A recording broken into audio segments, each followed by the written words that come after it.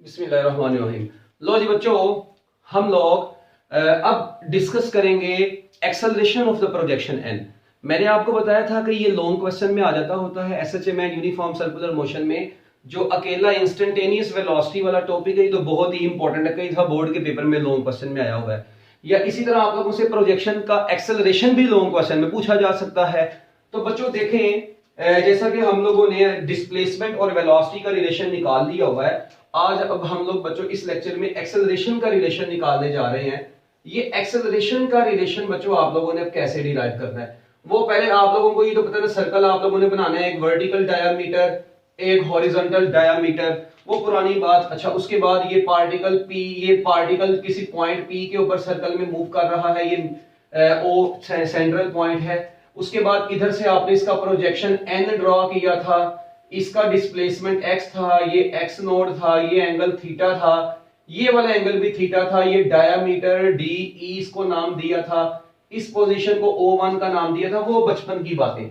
ठीक है, अब आप लोगों ने इस प्रोजेक्शन n का अब आप लोगों ने बच्चों एक्सेलरेशन कैलकुलेट करना है, तो कोई मसले वाली बात नहीं है। अब इसका एक्सेलरेशन कैलकुलेट करने के लिए आपको पता है इसका एक्सेलरेशन भी इस पॉइंट P के ऊपर डिपेंड कर रहा है भाई, जनरल सी बात है। तो चले जी, मुझे ये पहले सबसे वही कहानी लिखेंगे, consider a particle is moving along circle, consider a particle is moving along the circle of radius x node as shown in the figure। जैसा कि आपको डायग्राम में दिखाया गया है कि पार्टिकल P सर्कल में मूव कर रहा है और इस सर्कल का जो रेडियस है बच्चों वो x नोड है। ठीक हो गया। अच्छा, acceleration at any point, acceleration of the particle at any point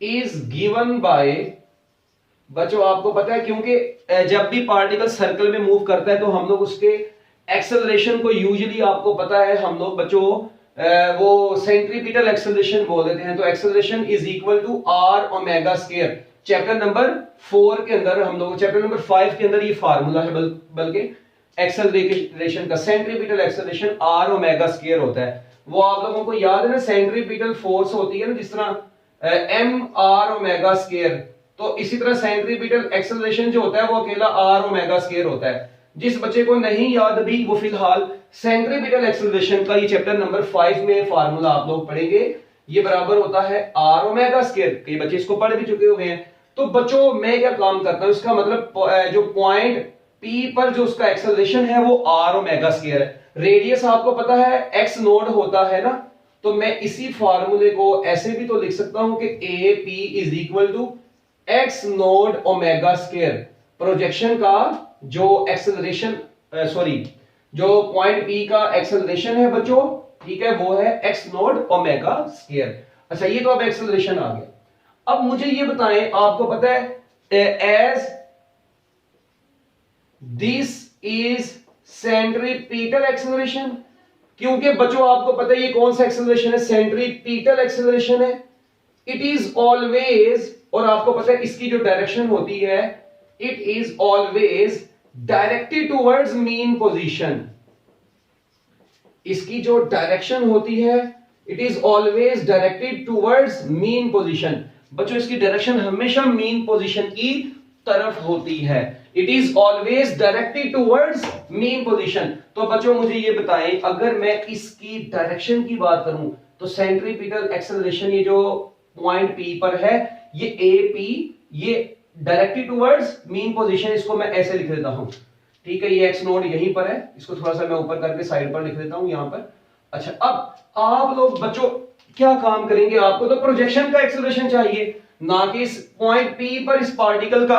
ठीक है, तो बच्चों आप लोग क्या काम करेंगे, आप लोग इसी के दोबारा से कितने कंपोनेंट्स बना लेंगे, इसी पॉइंट P पर एक्सेलरेशन के दो कंपोनेंट बनाएंगे।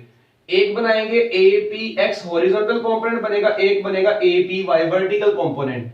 अब APX किसके बराबर होगा, मैं लिखूंगा जी AP cos थीटा। अब इस ट्राइंगल का एंगल तो थीटा ही है, ठीक है, और APY होगा जी AP sin थीटा। अब मुझे ये बताएं बच्चों, ये वाला जो AP x होगा, ये देखें थोड़ा सा गौर करें, ये AP है तो AP का ये जो कंपोनेंट होगा ये APX होगा, ये जो कंपोनेंट होगा APY होगा। अब मुझे ये बताओ कौन सा कंपोनेंट प्रोजेक्शन के पैरेलल है? ये मैं कह सकता हूं नोट अलोंग प्रोजेक्शन। बच्चों ये तो प्रोजेक्शन के अलोंग नहीं है, नोट अलोंग द प्रोजेक्शन। जबकि बच्चों ये क्या है, it is always along the projection. तो बच्चों ये तो प्रोजेक्शन के अलोंग है, इसका मतलब ये हुआ कि पहला पॉइंट हो गया, ठीक है जी, दूसरा पॉइंट हो गया, तीसरा पॉइंट। अब ये प्रोजेक्शन के पैरेलल है, तो बच्चों मैं कह सकता हूं फिर फाइनली कि acceleration of projection, so the acceleration of projection n, so the acceleration of projection n is actually due to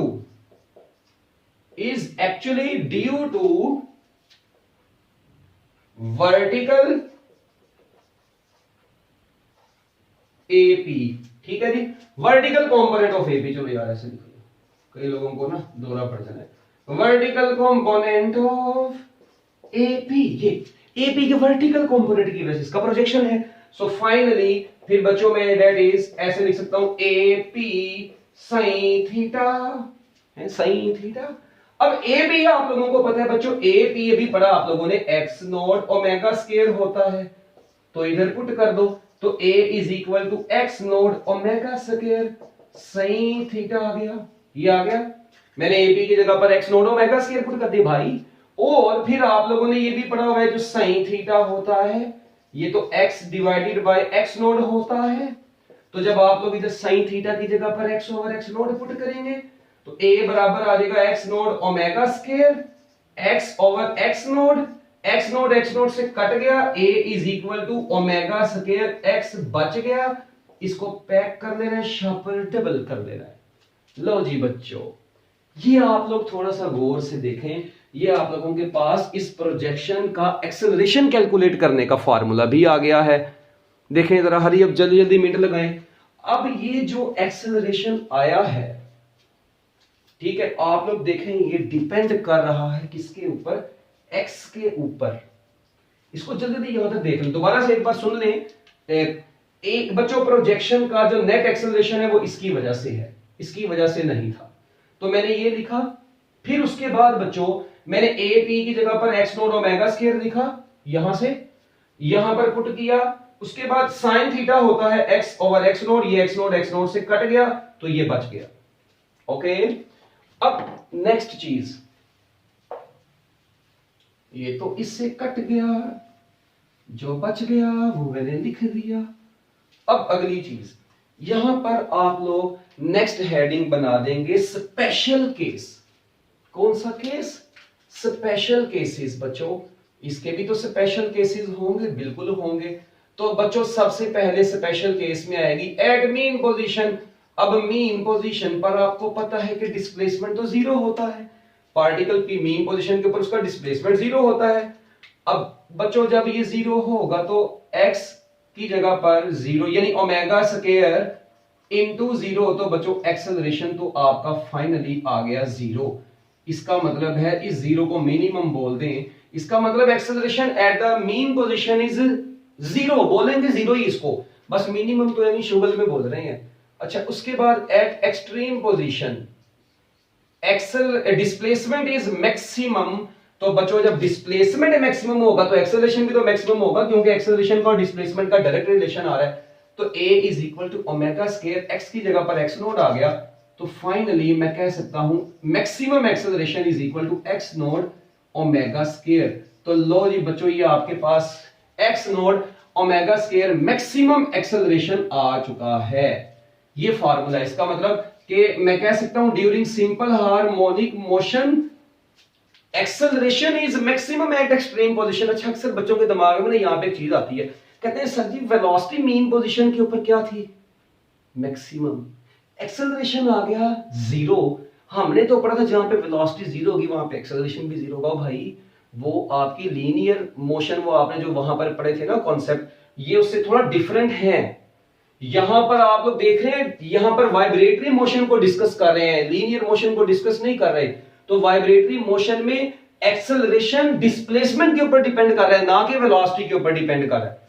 ठीक है, तो एक्सेलरेशन डिस्प्लेसमेंट के ऊपर डिपेंड कर रहा है, इसमें याद रखना है। तो डिस्प्लेसमेंट के लिहाज से यहां पे एक्सेलरेशन हमेशा डिसाइड होगा। तो लो जी बच्चों यहां तक, बाकी वही आपको पता है, वही कहानी सारी कि बच्चों जैसे ही पार्टिकल जीरो से ठीक है डी पर गया तो डिस्प्लेसमेंट भी ऊपर को हुआ, वो सारी बातें आप लोगों को पता है। मगर देखिए अगर प्रोजेक्शन ऊपर को जा रहा है ना, प्रोजेक्शन ऊपर को जा रहा है तो उसका एक्सेलरेशन उसे कह रहा है भाई तू नीचे को आ। एक चीज पे जरा गौर करना, यानी अगर मैं यहां पर मैं फाइनली एक वेक्टर चीज को डिस्कस करूं ना बच्चों, अगर वेक्टर फॉर्म में इसी फार्मूले को देखूं बच्चों, वेक्टर फॉर्म में यही फार्मूला जो ए का आया है ना ओमेगा स्क्वायर एक्स, ये पता क्या बन जाएगा आपको पता है, एक्सेलरेशन का डिस्प्लेसमेंट के साथ।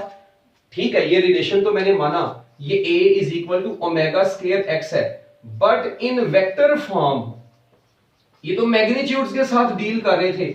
अगर आप लोग ओवरऑल डायरेक्शंस को डील करके देखें तो acceleration is equal to minus omega square x होगा। और यहां से फिर हम लोग ये रिलेशन निकालेंगे कि acceleration is directly proportional to displacement, but it is always opposite to displacement. कैसे, ये देखें, पार्टिकल का प्रोजेक्शन डिस्प्लेसमेंट ऊपर को हो रहा है, मगर इसका प्रोजेक्शन, इसका एक्सेलरेशन कह रहा है भाई तू नीचे आ। क्या ख्याल है?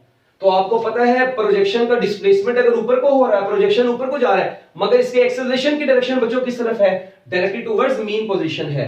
तो बच्चों यहीं से तो सिंपल हार्मोनिक मोशन की डेफिनेशन में निकली थी कि acceleration is directly proportional to displacement but it is always directly towards mean position.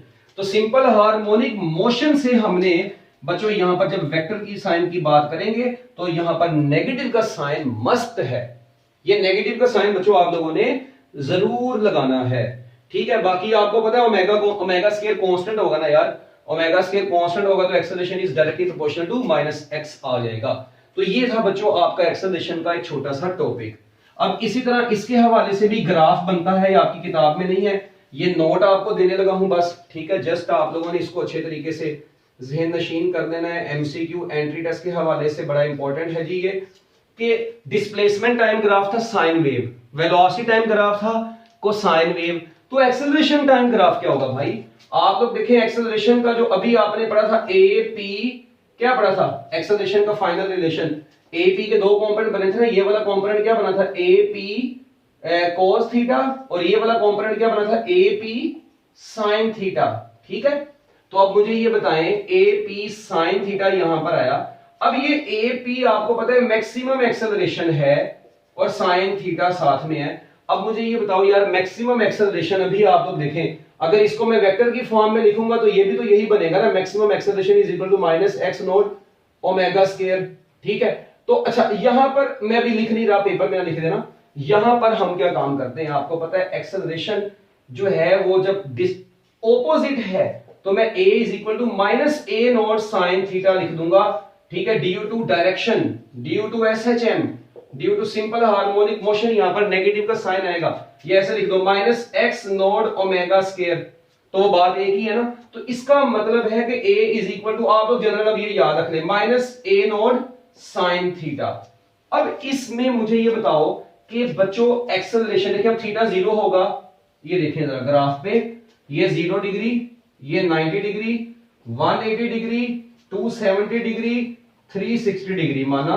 ठीक है, अब ये देखो बच्चों 0 डिग्री पुट करेंगे साइन 0 0, एक्सेलरेशन तो 0, 90 डिग्री पुट करेंगे साइन 91, मगर एक्सेलरेशन नेगेटिव मैक्सिमम आएगा वो माइनस की वजह से, फिर 0 180 पर 270 पर -1 तो साइन होगा, मगर वो माइनस इसके माइनस से मिलके प्लस में चला जाएगा, 360 पर 0। तो बच्चों इसका जो एक्सेलरेशन टाइम ग्राफ आता है इसे बोलते हैं इनवर्स साइन वेव। इसका मतलब है acceleration time graph is inverse sine wave. बच्चों ये कौन सी वेव बनती है? इनवर्स साइन वेव बनती है। Very important MCQ. ठीक है, तो ये थे बच्चों कुछ आप लोगों के छोटे छोटे टिप्स। ठीक है जी, और ये टॉपिक एक छोटा सा जो कि हम लोगों ने अब कंप्लीट कर लिया है। तो बच्चों इसी तरीके से आपको कोई भी लॉन्ग क्वेश्चन आ सकता है, वो आप लोगों से कह सकता है जी derive the formula for displacement and acceleration of the projection N, वो आपसे कह सकते हैं derive the formula for projection and acceleration of the projection N, velocity of the projection N, वो आपको कह सकते हैं describe SHM and uniform circular motion and derive the relation for acceleration of the projection N. तो आप लोग वो शुरू वाली कहानी लिखेंगे और उसके बाद जो पूछा होगा आपसे, अगर डिस्प्लेसमेंट पूछा डिस्प्लेसमेंट लिख दें, वेलोसिटी पूछी है वेलोसिटी लिख दें, एक्सेलरेशन पूछा तो एक्सेलरेशन लिख दें। ठीक है, तो ये था बच्चों आप लोगों का छोटा सा टॉपिक जो कि मेरी तरफ से कंप्लीट हो गया है। मैं उम्मीद करता हूं कि आप लोगों को ये समझ आ गई होगी सारी। अल्लाह हाफिज।